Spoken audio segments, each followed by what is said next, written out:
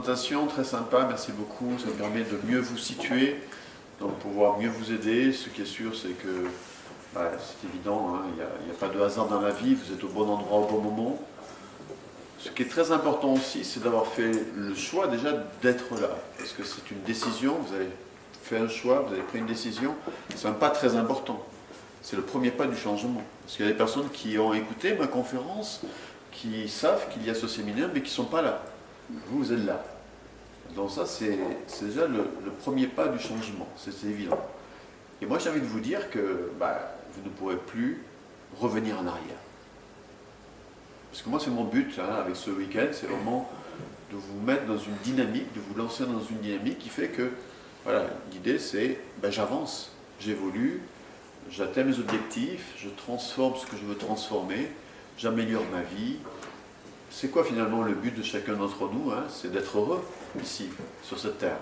Donc c'est ça le but, c'est d'améliorer notre vie et d'être bien dans notre tête, dans notre corps, en bonne santé, d'avoir de l'abondance financière, mais aussi de l'abondance de relations, d'énergie, d'amour, d'opportunités, etc., etc. Tout cela c'est possible, nous y avons droit.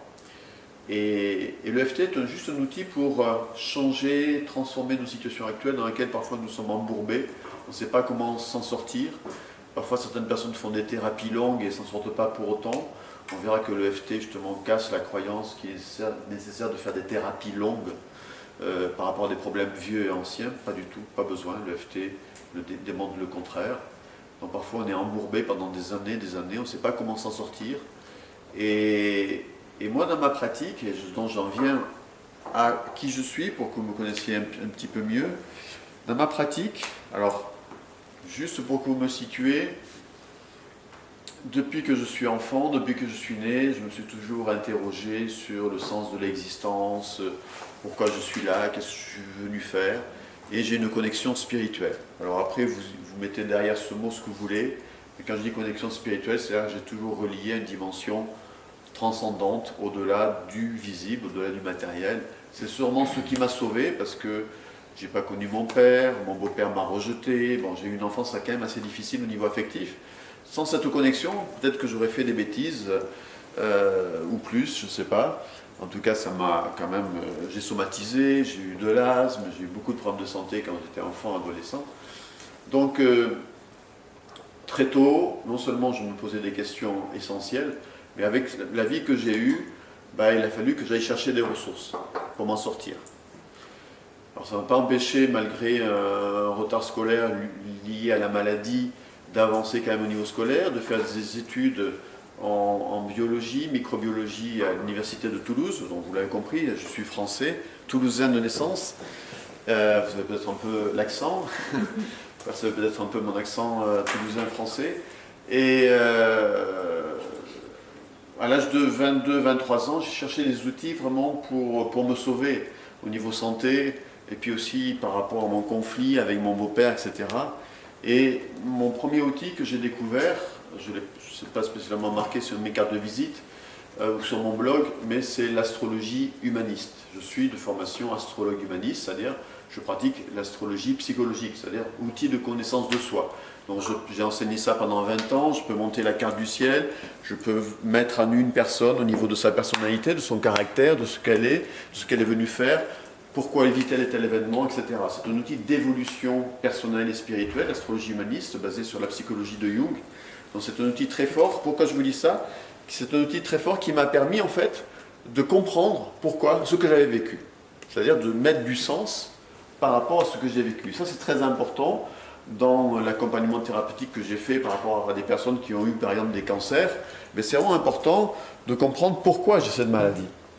Ou n'importe quelle maladie. Pourquoi je vis cette séparation? Pourquoi je vis ce divorce? Pourquoi je vis cette situation difficile? Pourquoi j'en suis là? Et le pourquoi, la réponse au pourquoi, c'est une réponse qui nous permet d'aller vers la guérison.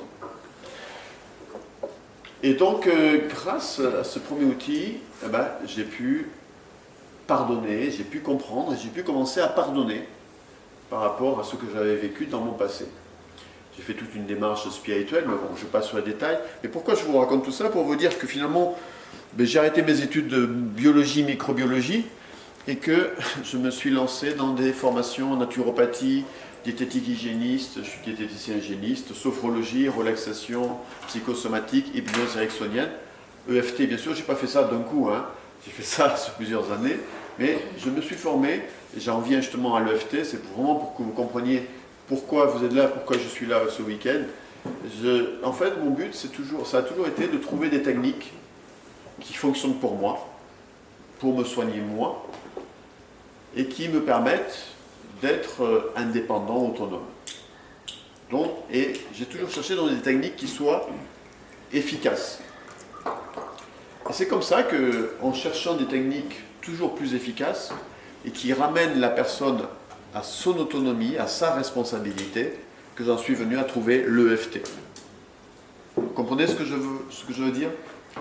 C'est vraiment très important. Moi, avant de connaître l'EFT, eh bien, j'accompagnais mes personnes avec l'hypnose, avec la sophrologie, avec la relaxation, visualisation positive. Et je leur donnais toujours des exercices à faire pour mettre en pratique ce que je leur donnais, ce que je leur donnais à faire, ce que je leur disais de faire, et pour qu'ils soient autonomes. C'est-à-dire qu'ils repartaient, à l'époque c'était des cassettes audio, ils repartaient avec leurs cassettes, ils mettaient ça dans leur appareil, ils écoutaient ça tous les jours. Et les personnes qui faisaient ça, changeaient leur vie. Ceux qui ne le faisaient pas, ne changeaient pas leur vie. Mais voilà, pourquoi? Alors, c'est très important ce que je vous dis, parce que mon but, c'est d'amener les personnes à être autonomes. Parfois, il y a des personnes qui, consciemment ou inconsciemment, vont plutôt chercher, là je parle dans les thérapies, dans le domaine des thérapies, plutôt à rendre les gens dépendants d'eux, d'entretenir une relation de dépendance. Et quand on entretient une relation de dépendance, la personne ne veut pas guérir. Elle ne peut pas s'en sortir. Et moi, mon but a toujours été d'amener la personne à être autonome. Moins je vois la personne, plus je suis content. C'est vraiment important de le dire. Et finalement, c'est comme ça que, il y a plus de 8 ans, j'ai découvert l'EFT.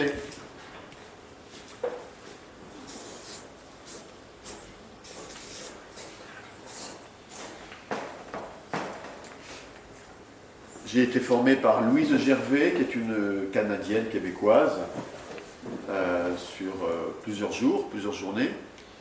Et là, j'ai trouvé la technique qui correspondait totalement à ma démarche, c'est-à-dire une technique et à la démarche de son fondateur. Son fondateur s'appelle, on va revenir sur tout ça, Gary Craig.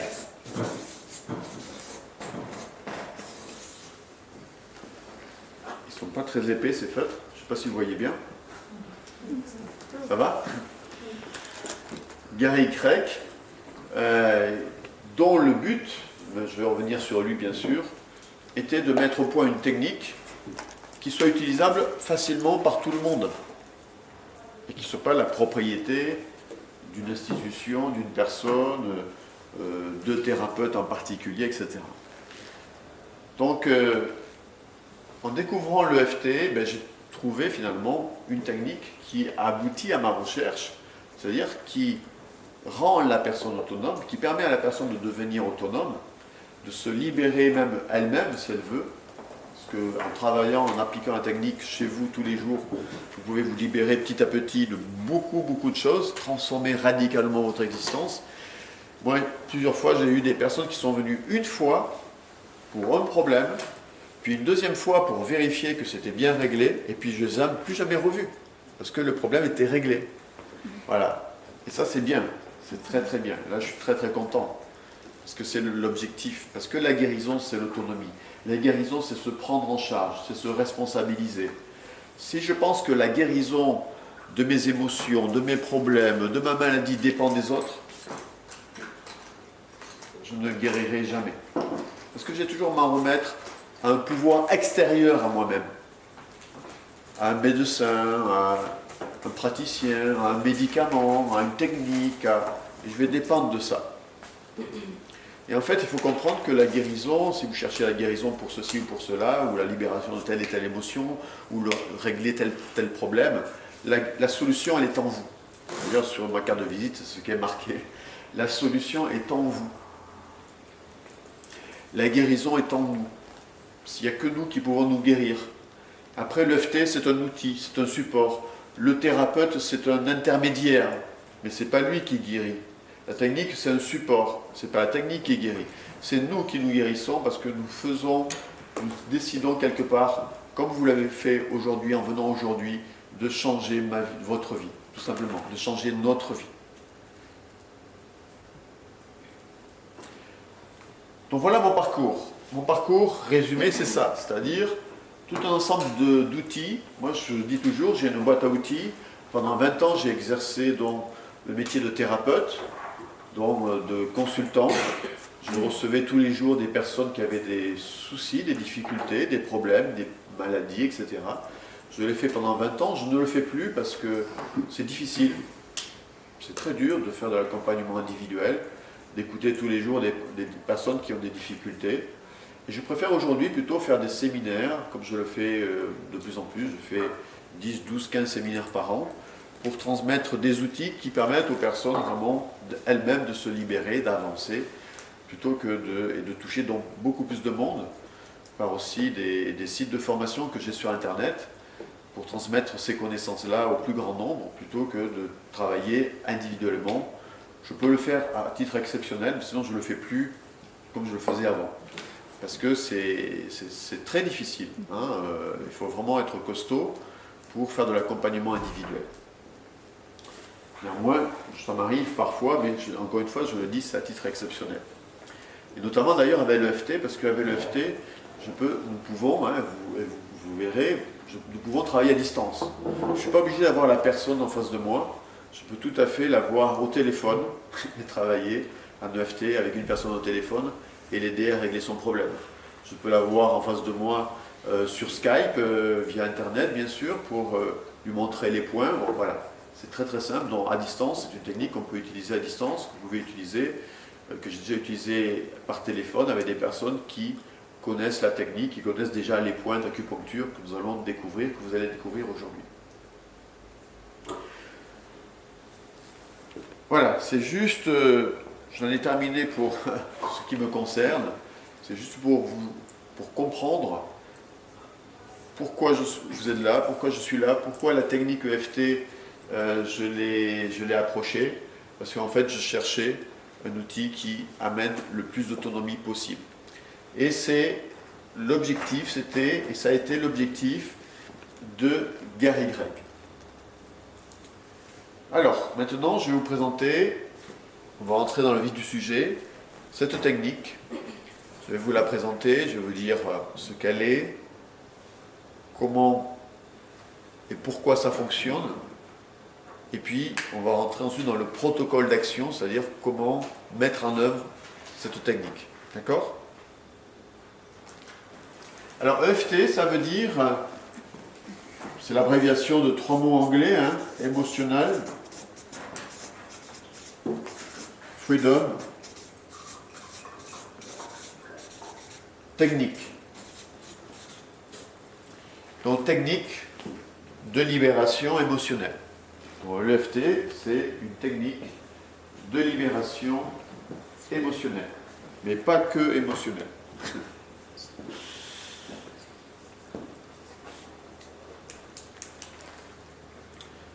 On appelle ça une thérapie brève, parce que... Ah, merci pour le fait.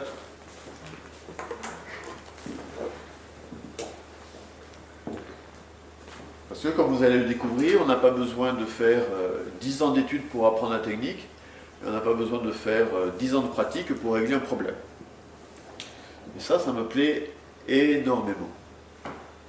Parce que dans ma recherche, sur mon chemin, dans ma démarche, quand j'entendais parler, et je ne critique rien parce que je pense que tout est utile, toute expérience est nécessaire. Néanmoins, quand j'entendais parler de psychanalyse par exemple, ou de thérapie longue, comme la psychanalyse, ou autre, pour moi, j'avais pas un bon sentiment. Parce que j'avais vraiment, en tant que thérapeute, je sais très bien, j'ai appris que plus vous vous cristallisez sur un problème, plus vous l'amplifiez. Donc j'ai jamais trop compris ça. Alors je ne dis pas que ce ne soit pas utile pour certaines personnes parce que ça leur correspond, c'est leur niveau d'existence, c'est leur niveau de conscience, il faut qu'ils passent par là. Il y a des gens qui font 10 ans, 15 ans, 20 ans d'analyse, toutes les semaines, ils sont contents, ça leur va, ok. Quand il y a des clients, il y a des psychanalystes, tant qu'il y a des psychanalystes, il y a des clients, c'est comme ça. Il y a des personnes, c'est leur niveau, ça leur correspond. Il y a de tout dans ce monde. Il y a des personnes qui ont besoin de passer aussi par des problèmes pendant X années avant de faire des prises de conscience. Il y a des personnes qui n'ont pas envie de sortir de leurs problèmes, il faut aussi le dire. Il y a des gens qui sont bien dans leurs problèmes, hein, et dans leur inconfort confortable, hein, c'est-à-dire dans une situation qui ne leur plaît pas, mais ils y trouvent ce qu'on appelle des bénéfices secondaires, des avantages secondaires, inconscients. Hein, inconscients. Il y a des personnes, par exemple, qui ont des maladies, mais qui ne vont rien faire pour guérir, parce que cette maladie, inconsciemment, va leur apporter des bénéfices secondaires, de l'affection, de l'attention, quelqu'un qui va les aider. Alors, ils préfèrent rester malades pour avoir tout ça, plutôt que de guérir. Hein, voilà. Et puis, il y a des personnes comme vous qui veulent avancer, qui veulent changer leur vie, qui veulent être mieux, qui veulent vraiment, qui se disent, à un moment donné, qui prennent conscience que je ne suis pas là pour être pauvre, je ne suis pas là pour être malade, je ne suis pas là pour manquer quoi que ce soit, je ne suis pas là pour avoir des problèmes, je suis là pour être heureux. N'est-ce pas? Oui.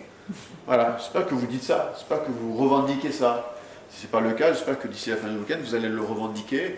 Puis le week-end suivant, le 2 et 3 mai, j'en reparlerai demain, ça sera vraiment l'objet, puisqu'on travaillera sur l'estime de soi, la confiance en soi, sur la réussite, le succès avec le FT. Mais ça, c'est le deuxième week-end, je vous en reparlerai demain.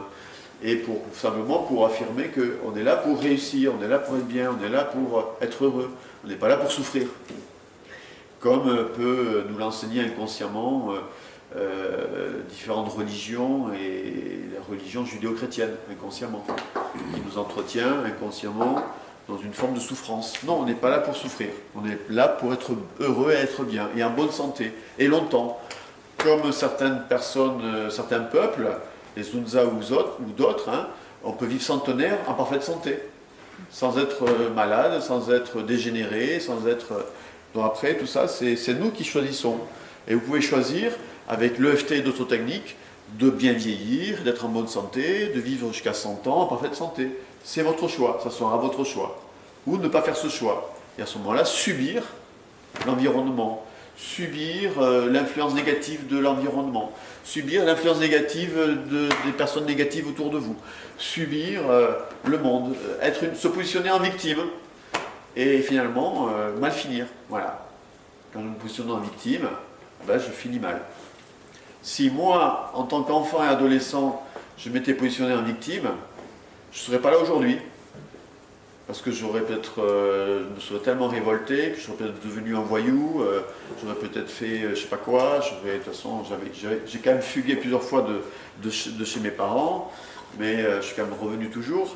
Peut-être j'aurais fait des bêtises, quoi. Si je m'étais positionné en victime. Et puis voilà. Non, je suis responsable de ma vie.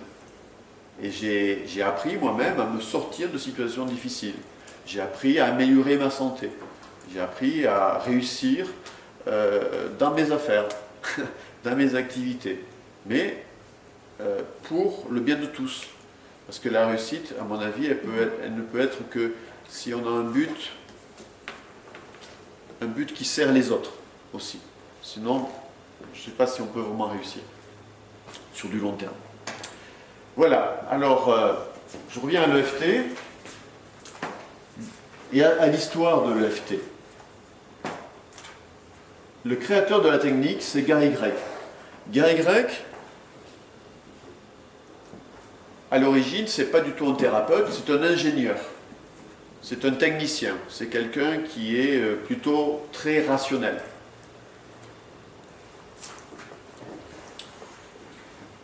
Et cela lui a sûrement servi d'être, je dirais, cartésien, technicien, voilà, d'avoir un mental très, très concret, très pragmatique. parce que lui, quand il lisait des choses, il s'intéressait à la psychologie, bien sûr, des choses comme ça, ça lui semblait, un peu comme moi d'ailleurs, très compliqué, quoi. Voilà, ça lui semblait un peu trop mental, trop intellectuel, quoi.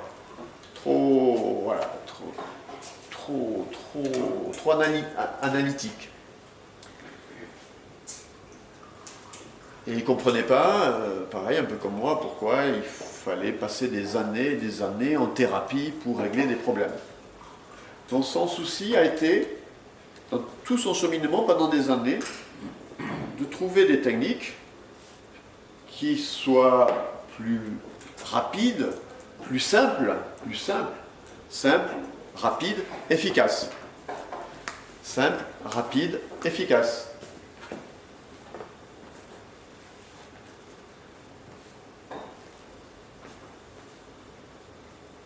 Retenez une chose, hein, et ça c'est vrai pour les affaires comme pour tout ce qui est simple est efficace.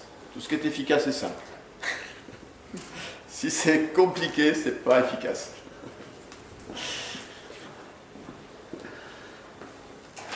Et donc il s'est intéressé à la PNL, il s'est intéressé à la kinésiologie, il s'est intéressé à l'acupuncture, aux travaux du docteur Callahan. Docteur Callahan.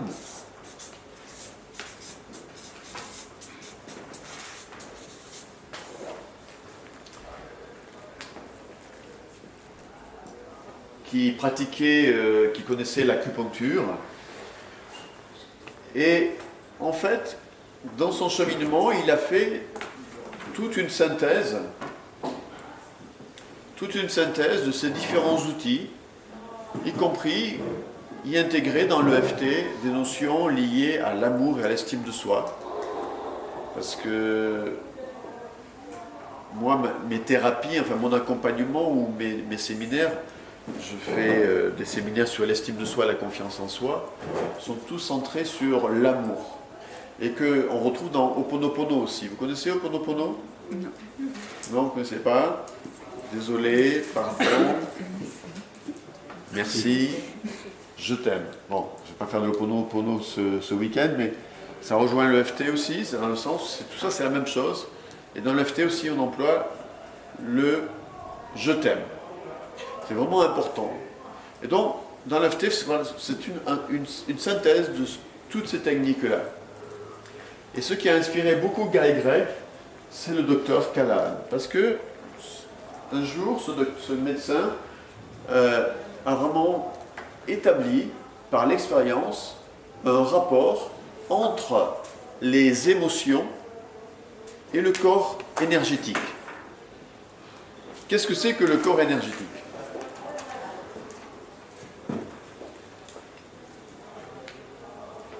Depuis 5000 ans, les orientaux, en particulier les Chinois, nous parlent d'acupuncture. Nous disent, vous êtes parcouru de courants d'énergie qu'on appelle des méridiens. Ces courants d'énergie sont reliés à vos organes et vous avez donc des courants d'énergie en fonction